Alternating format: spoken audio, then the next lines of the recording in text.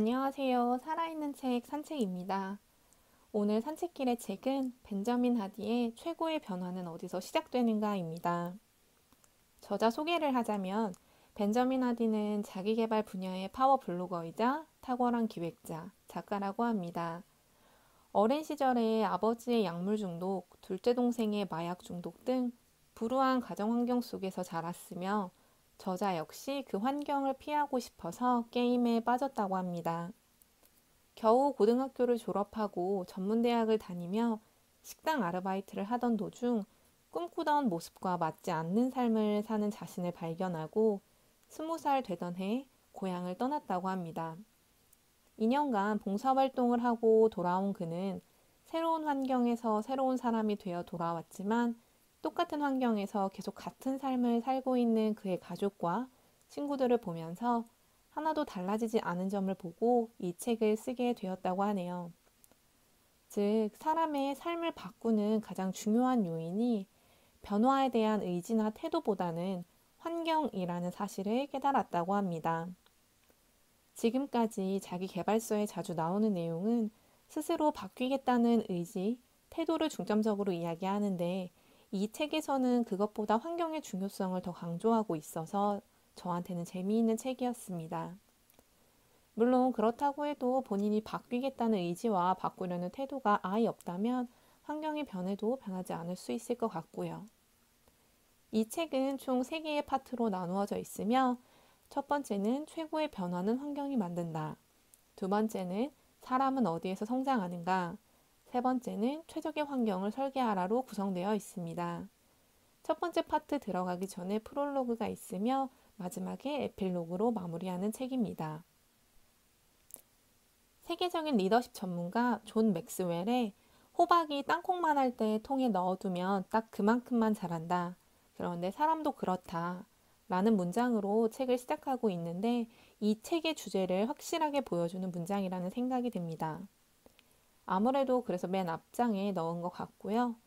프롤로그에서 진정한 변화의 시작이 어디인지를 물으며 저자는 의지력보다는 환경이 훨씬 더 중요하다고 이야기하고 있습니다. 동기부여를 하려면 개인의 의지력보다 그 행동을 해야 할 이유에 주목해야 하고 실행을 위해서는 목표를 강화해주는 환경을 조성하는 것이 훨씬 더 중요하다고 이야기합니다. 쉽게 풀어서 말하자면 자신이 바뀌겠다는 생각과 의지, 노력만으로는 자신을 바꾸는 것이 쉽지 않다는 것입니다. 자신을 둘러싼 환경을 바꾸고 바뀐 환경을 활용해야 한다는 것이 저자가 주장하고 있는 내용입니다. 예를 들어 부모의 경험을 한 번도 한 적이 없던 부부들도 아이를 낳으면 부모의 역할을 해야 하고 부모의 역할을 위해서 아이가 생기게 되면서 그들을 둘러싸고 있던 환경이 바뀐다는 거죠. 그리고 부모의 역할을 충실하게 하기 위해서 아이와의 상호작용을 끊임없이 하려고 노력하고 부부가 서로 육아에 대해서 이야기하며 부모 교육을 받는 등의 부모 스스로 주위의 환경을 바꾸어 나가면서 그들이 생각하는 부모의 모습으로 바뀌게 된다는 것을 말하고 있습니다.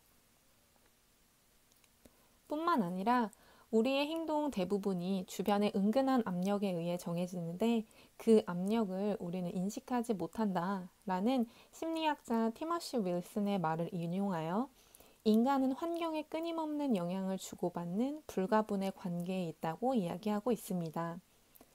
인간의 정체성은 환경에 의해서 형성된다고 이야기하고 있는 거죠.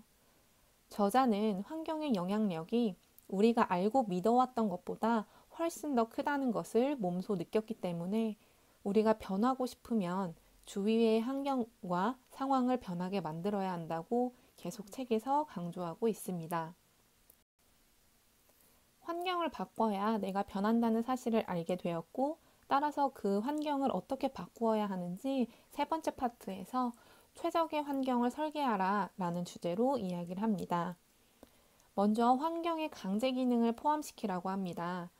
우리가 원하는 행동을 이끌어낼 환경을 조성하기 위해 강제 기능을 도입해야 한다고 하네요.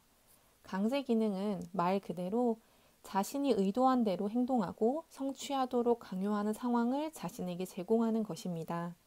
가장 쉬운 예로 집에 들어갈 때는 스마트폰을 차에 두고 가거나 밥을 먹을 때는 스마트폰을 방에 두고 먹는 등의 자신의 행동에 강제성을 부여해서 자신이 되고 싶은 사람이 되기 위한 환경을 직접 만드는 거죠. 그렇게 되면 그 환경에 순간적으로 몰입할 수 있다고 합니다. 저자가 집에 들어갈 때 스마트폰을 두고 가는 이유는 가족들과의 시간을 더욱 몰입하기 위해서인 것이고, 그 환경을 만듦으로써 자신이 생각하는 아빠의 모습에 다가갈 수 있다는 것입니다. 저자는 강제 기능 외에도 우리는 적응력을 길러야 환경을 바꿀 수 있다고 합니다. 적응력이 뛰어난 학습자는 환경을 잘 통제할 수 있으며, 적응력을 기르기 위해서는 성장형 사고방식, 즉 자신이 그 환경에 적응하고 변화시킬 수 있다는 믿음을 가진 사람이라고 이야기하고 있습니다. 자신의 목표를 달성하기 위해서 100%의 노력을 기울여서 환경을 변화시킬 수 있다는 생각을 하는 사람이기도 하고요. 또한 가장 두려워하는 것들에 대한 내성을 키우고 괴롭고 불쾌한 감정을 수용하고 대처하는 방법을 배우는 것이 적응력이 높은 학습자라고 이야기하고 있습니다. 저자는 변화를 위해서 100% 전력 투구해야 한다고 이야기하고 있으며, 성공할 수 있는 유일한 길은 끝까지 전력 투구하는 것이라고 합니다. 때로는 환경을 변화시키기 위해서 자신을 몰아붙여야 하기도 한다고 이야기하고 있습니다. 또 읽으면서 공감이 되었던 부분은, 인간은 생각보다 환경에 잘 적응하기 때문에 단기적으로 자신이 계획을 세워서 적응을 하는 것보다 힘들더라도 처음부터 원하는 상황에 적응하는 것이 낫다는 이야기를 합니다. 예를 들어 매일 새벽 4시에 일어나서 운동을 하겠다는 것은 일반인에게 쉽지 않지만, 자신의 목표를 위해서 환경을 변화시켜야 한다면 충분히 바꿀 수 있다는 것입니다. 근데 그 과정을 처음에는 5시, 그 다음은 4시 45분, 그 다음은 4시 30분 이렇게 목표를 세워서 일어날 필요 없이 그냥 처음부터 4시에 기상하는 것으로 진행하면 된다는 것입니다. 이 과정에서 자신의 몸이 받을 충격은 짧고, 그 충격으로 인해서 빠르게 적응을 하게 된다는 거죠. 물론 정서적, 정신적으로는 힘들 수 있다는 것을 이야기하지만, 사람마다 케이스 바이 케이스라고 생각을 하기 때문에 저는 공감을 하더라도 다른 분들은 공감을 못 하실 수도 있을 것 같습니다.